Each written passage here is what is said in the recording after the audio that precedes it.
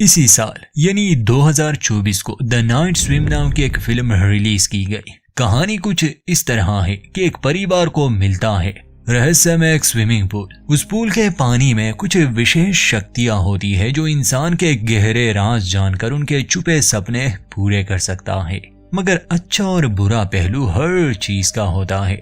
सपनों को पूरा करने के लिए क्या कीमत चुकानी पड़ती है, ये हम इस कहानी में जानेंगे।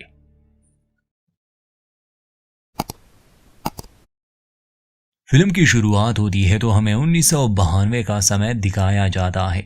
हम एक परिवार को देखते हैं जिसमें उनका छोटा बेटा बहुत ही बीमार था।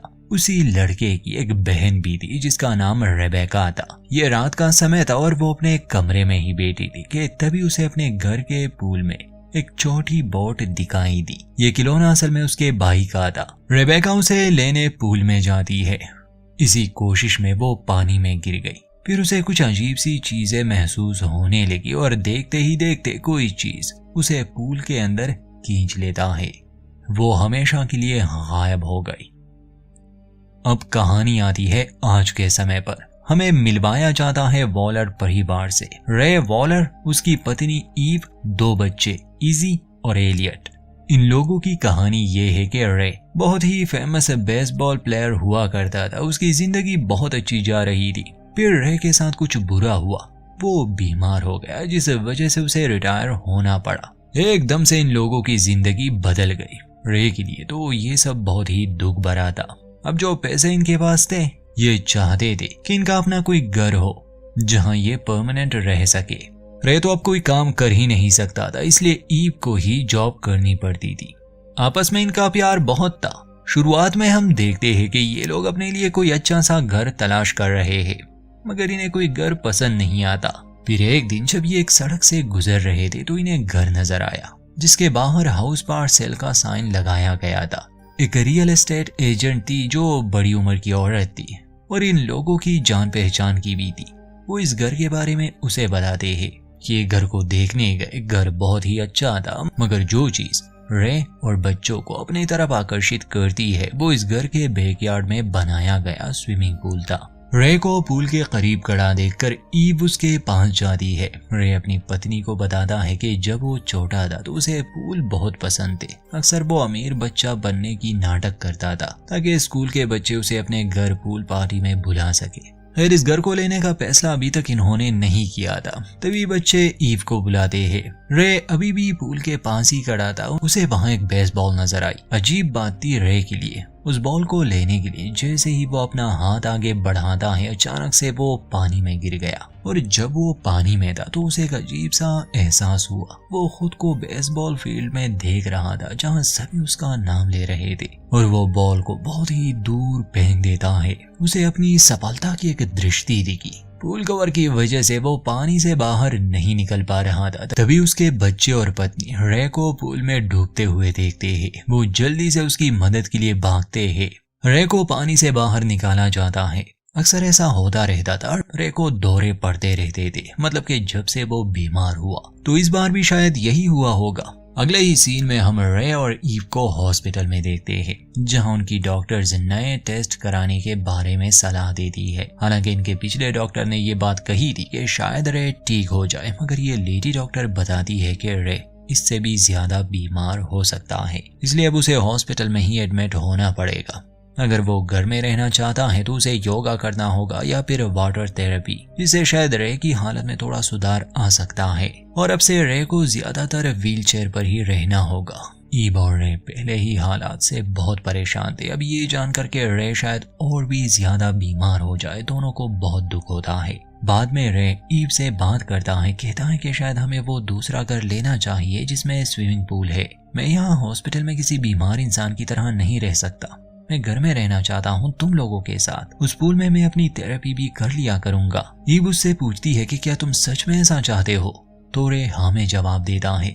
और अगले ही दिन ये लोग उस घर को ले लेते हैं। सब खुश थे। बच्चों को यहाँ के स्कूल में एडमिट किया जाता है और ईव को भी एक जॉब मिल गई।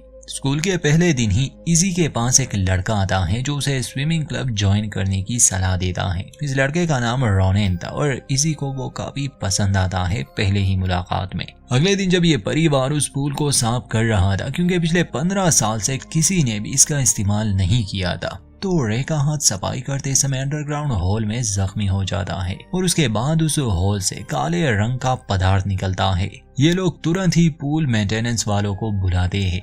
अब इन्हें पता चलता है कि असल में ये पूल बहुत ही खास है क्योंकि इसका पानी झरने से आता है, मतलब कि ये स्प्रिंग पूल है। ये पानी को भी फिल्टर करता है, तापमान को भी स्थिर रखता है। ये जानकर रे और ईव को खुशी तो बहुत होती है। अगले दिन ये पूल को पानी से भर देते हैं, सभी एक साथ उसमें समय बिताते हैं।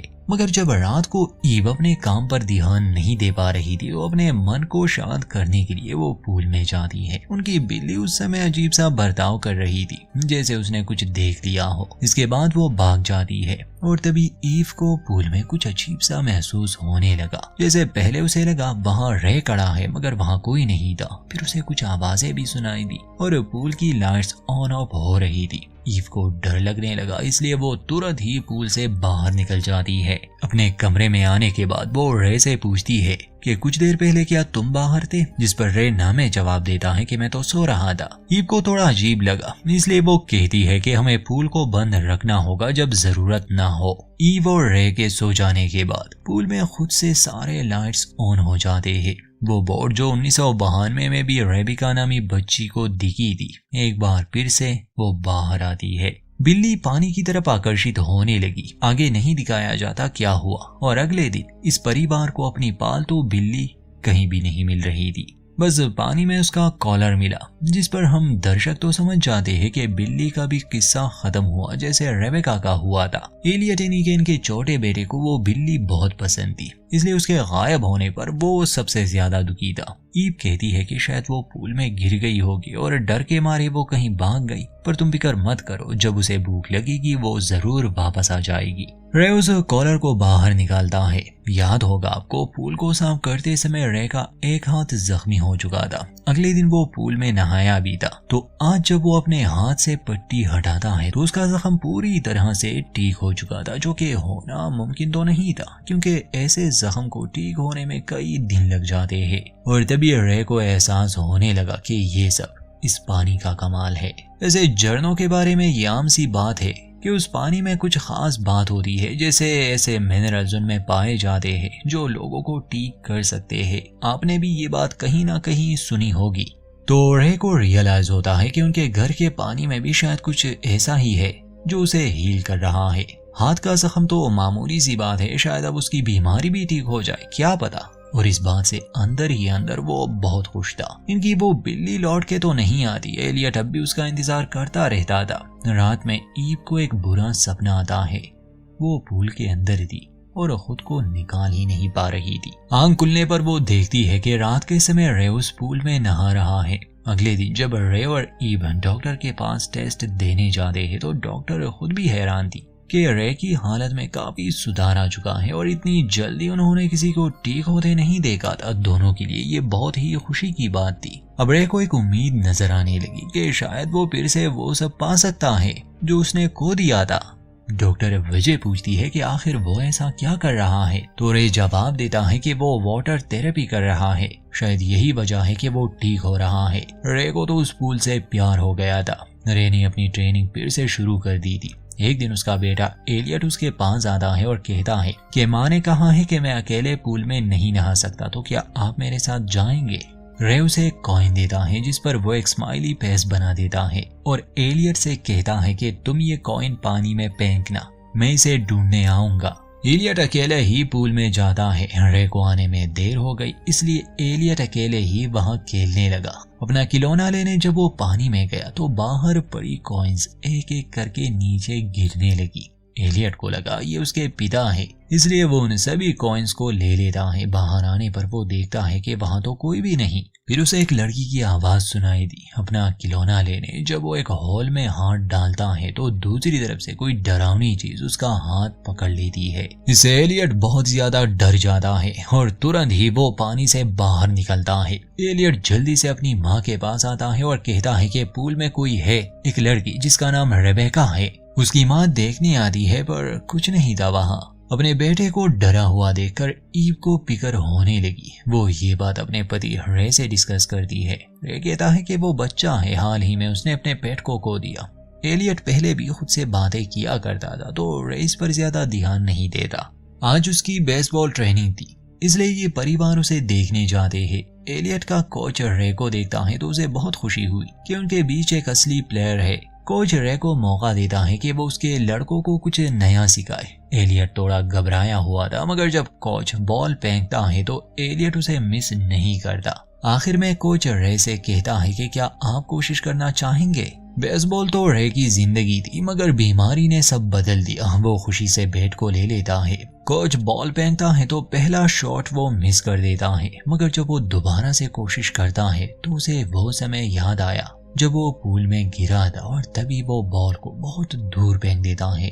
ये देखकर खुद रे भी हैरान था। अब उसे लगने लगा कि वो ठीक हो रहा है और जल्द ही वो अपने टीम में भी लौट जाएगा। अब तो रे घंटों तक उस पूल में पड़ा रहता था, क्योंकि इस पूल ने ही उसे ठीक किया था और शायद ही उसकी जिंदगी बदल दे। ईव और एलियट पूल में नहीं जाते थे क्योंकि उन्हें महसूस हो चुका था कि पूल में कुछ गड़बड़ है। अगली रात ईव और रे को कहीं जाना था तो इजी रोनेन नामी लड़के को अपने घर इनवाइट करती है। दोनों पूल में खेल ही रहे थे। इजी ने अपनी आंखें बंद की थी और रोनेन चुपके से पूल से बाहर निकल आता है।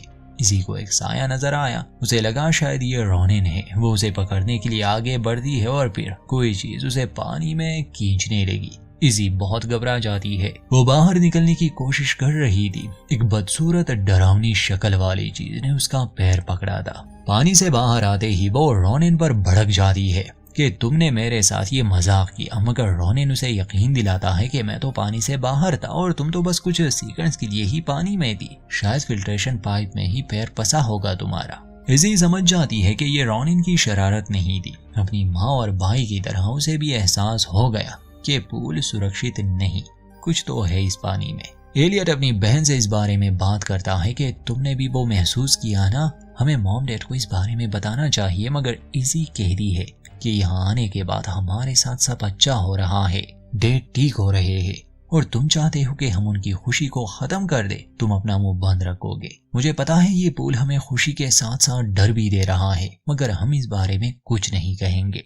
ईव और रे ने एक पूल पार्टी प्लान की थी जिसमें आस पड़ोस के बहुत से लोग आते हैं। एलियट एक कैमरा लेता है और पूल पार्टी को रिकॉर्ड करने लगा। उसे पता था कि कुछ बुरा जरूर होगा जब इतने सारे लोग इस पूल में जाएंगे। इस पार्टी में उसे रियल एस्टेट एजेंट के को भी इनवाइट किया गया था। ईव कैसे पूछती है कि क्या ऐसी कोई बात है जो तुमने हमसे छुपाई है इस घर के बारे में। के पहले तो बताना नहीं चाहती थी। कहती है कि तुम लोग यहाँ खुश हो, तुम हाल ही में बड़े मुश्किलों से गुजरे हो, इसलिए मैंने नहीं बताया। हालांकि ये बात मुझे अपने एक दोस्त से पता चली थी और तब पता चली जब तुम लोग यहाँ आ चुके थे कि 1992 वाली घटना के बारे में बताती है। एक बच्ची गायब हुई थी और उसके बाद कई लोगों के साथ बुरे हादसे हुए। सारी मुसीबत की जड़ उन्हें ये स्विमिंग पूल ही लग रही थी। पर मुझे लगता है कि लोग अंधविश्वासी है। शायद वो सब होना उनके साथ तय था जब ये दोनों यहाँ अंदर इस बारे में बात ही कर रहे थे। बाहर पूल में कोच का बेटा वो बॉल लेकर आता है जो रे ने बहुत दूर फेंकी थी। वो लड़का उस पर ऑटोग्राफ मांग रहा था। ऑटोग्राफ का सुनकर रे को अपनी पुरानी जिंदगी याद आ जाती है और उसे खुशी भी बहुत होती है। कोच के बेटे टॉमी को अपने कंधों पर बिठाकर ये लोग पूल में खेलने लगे। फिर नीचे से काले रंग का कुछ निकलता है जो रे के शरीर में चला गया। रे अपने साथ साथ उस बच्चे को भी डुबा रहा था और तो किसी का ध्यान उन पर नहीं जाता, मगर एलियट जो इन सब पर नजर रखे हुए था वो ये देख लेता है। वो जल्दी से अपनी माँ के पास आता है ये बात बताने। कोच अपने बेटे को बाहर निकाल लेता है। अगर थोड़ी सी भी देर हो जाती तो वो लड़का मारा जाता। असल में रे अपने होश में ही नहीं था। रे को भी पानी से बाहर निकाला गया। बाद में पुलिस आती है।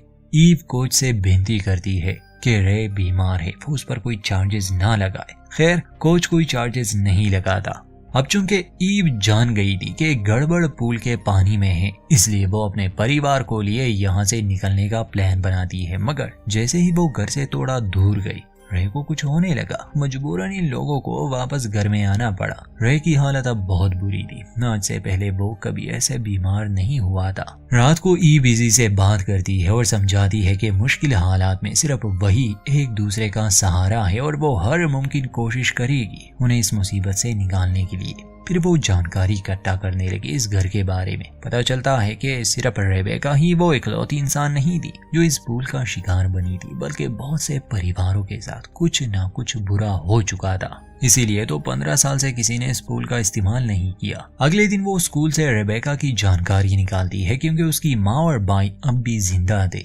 ईवा रेबेका की माँ से मिलने जाती है। वो एक बीमार बुजुर्ग औरत थी और जब भी ईवा उससे रेबेका के बारे में कुछ पूछती वो घुमा फिरा कर जवाब देती थी। अंत में ईवा उसे अपने पति के हालत के बारे में बताती है और ये भी कि वो उस पुल के बारे में जानती है।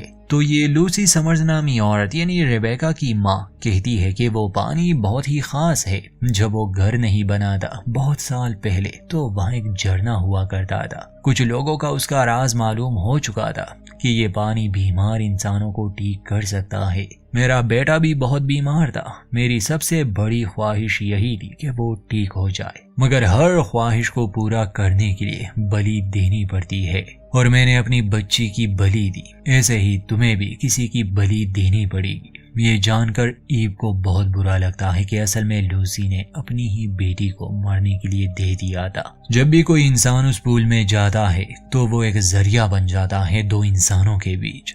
एक वो इंसान जिसे ये पानी ठीक करेगा और दूसरा वो जिसकी बलि चढ़ाई जाएगी। यानी कि लूसी बस एक वेसल की तरह थी। जैसे जैसे लूसी उस पानी का राज बता रही थी उसकी तबीयत भी बिगड़ रही थी।